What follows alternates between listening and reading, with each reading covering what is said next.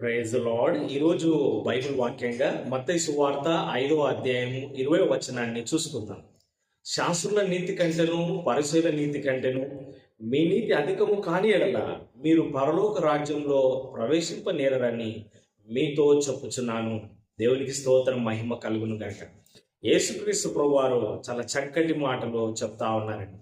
శాస్త్రుల నీతి కంటెను పరిసయ్యుల నీతి కంటెను మీ నీతి అధికమవ్వాలి, లేదంటే మీరు పరలోకానికి వెళ్ళలేరు. శాస్త్రుల నీతి ఏందండి? పుదీనలోను జీలకర్రలోను మరి వారు దశం భాగం ఇవ్వడం వారి నీతి. వారానికి 2 దినాలు ఉపవాసం ఉండడం శాస్త్రుల నీతి, పరిసయ్యుల నీతి. పెద్ద వస్త్రాలు వేసుకోవడము, సమాజంలో పెద్దగా ప్రార్థనలు చేయడం, తమ గురించి గొప్పగా చెప్పుకోవడం వీరి నీతి కదండి. మరి ఈరోజు ఈ వాక్యం వింటున్నాను, నీవు ఏ నీతిని కలిగి ఉన్నావు? నేను బాగా ప్రార్థన చేస్తానండి, దశం భాగం కూడా ఇస్తానండి, ఎన్నో మంచి పనులు చేస్తా ఉన్నానండి, పెద్ద పెద్ద ప్రార్థనలు చేస్తానండి, అసలు నా అంత భక్తులు లేడండి. నీ భక్తి ద్వారా నువ్వు పరలోకానికి చేరుకోలేవు. కొంతమంది ఏమంటారంటే, నాకు యేసయ్య అవసరం లేదండి, నేను మోక్షానికి వెళ్తాను, చాలా మంచి ఉండండి, ఏ తప్పు చేయనండి. నీ నీతి క్రియలు మురికి గుడ్డలే అని బైబిల్ చెప్తా ఉంది.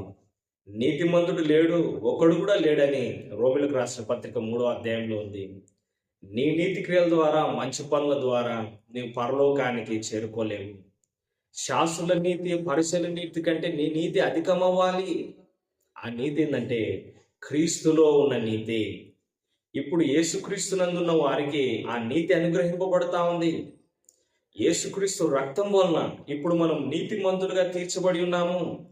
క్రీస్తు ద్వారా నీతి అనుగ్రహింపబడింది. తన పాపములకు పరిహారం నొందినవాడు ధన్యుడు కదండి. రోమిలకు రాసిన పత్రిక 4వ అధ్యాయం, రోమిలకు రాసిన పత్రిక 5వ అధ్యాయంలో ఉన్నట్లు క్రీస్తులో ఉన్న మనము నీతిమంతులము కదండి. మన పాపములకు క్షమింపబడి ఉన్నాయి. మన పాపముల కోసం యేసుక్రీస్తు ప్రభువారే శిలువలో మరణించినాడు. యేసుక్రీస్తు నందున్న వారికి ఏ శిక్షా విధువు లేదని రోమిల